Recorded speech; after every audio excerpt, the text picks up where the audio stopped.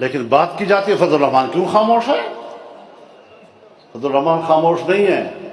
فضل الرحمان کا واسطہ ہے صم بکم عمی فہم لا یرجعون سے. ادھر بھی گنگے ہیں، ادھر نہیں ہے.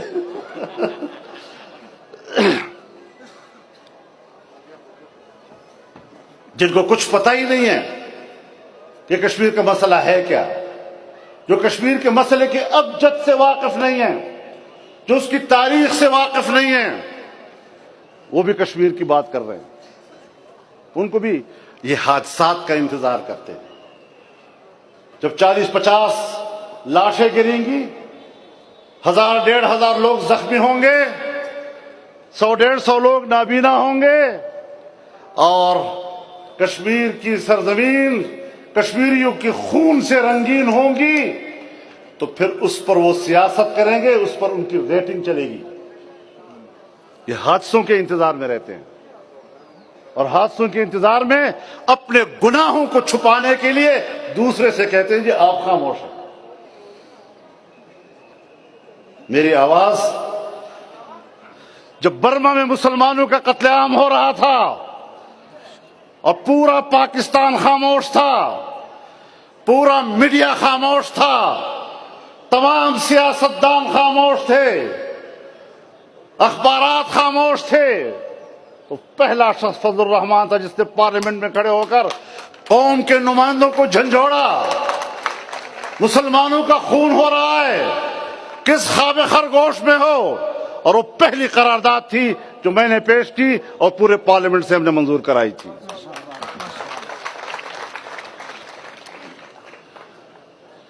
یہ عالم اسلام کے کیس کیا جانتے ہیں؟ فلسطین کا معاملہ ہو، ہم میدان عمل میں ہوتے ہیں. جب افغانستان پر امریکہ نے حملہ کیا، ہم نے جرأت کی. جب ساری دنیا کا حکمران امریکہ کے سامنے سجدہ ریز ہو رہا تھا، گھٹنے ٹیک کر گیا تھا، ہمارے جنرل کے ہوتے ہوئے بھی گھٹنے ٹیک کر دیا، تو ایک فضل الرحمان تھا جو میدان میں نکلا اور نعرہ لگایا امریکہ مرد آباد.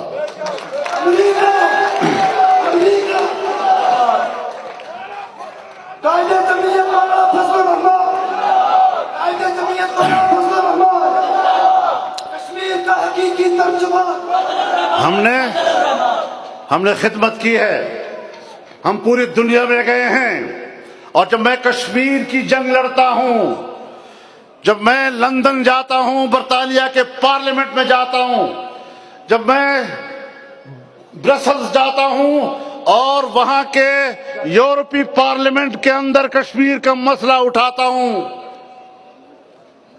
تو پھر ہمارے ملک کے کچھ اللہ ان کو ہدایت دے، وہ ہماری کردار کشی میں مصروف ہو جاتے ہیں. مولانا فضل الرحمان، کون بچائے گا پاکستان؟ کون بچائے گا؟ اس کو چپ کراؤ. کون بچائے گا پاکستان؟ اللہ بچائے گا پاکستان. یہ کہتے ہیں آپ لوگ اپنے آپ کو بڑے موحد ہیں، نعرے آپ کے عجیب ہوتے ہیں، سمجھ میں نہیں آتی بات. بچانے والا صرف اللہ ہے. ہمیں اللہ خدمت کی توفیق دے گا تو انشاءاللہ میدان میں رہیں گے.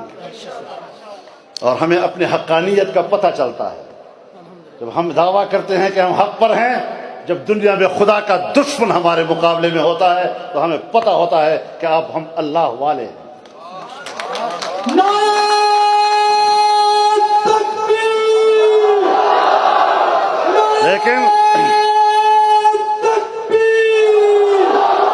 لیکن آج جب میں کشمیر کی سرزمین پہ بات کر رہا ہوں، جب جہاد کشمیر اور آزادی کشمیر کے بیس کیمپ پر کھڑے ہو کر بات کر رہا ہوں، میرے سامنے میرا سیاسی منشور بھی ہے، میرے سامنے سیاسی جماعتوں سے میرا اختلاف رائے بھی ہے، میرا اپنا ایک نظریاتی تشخص بھی ہے.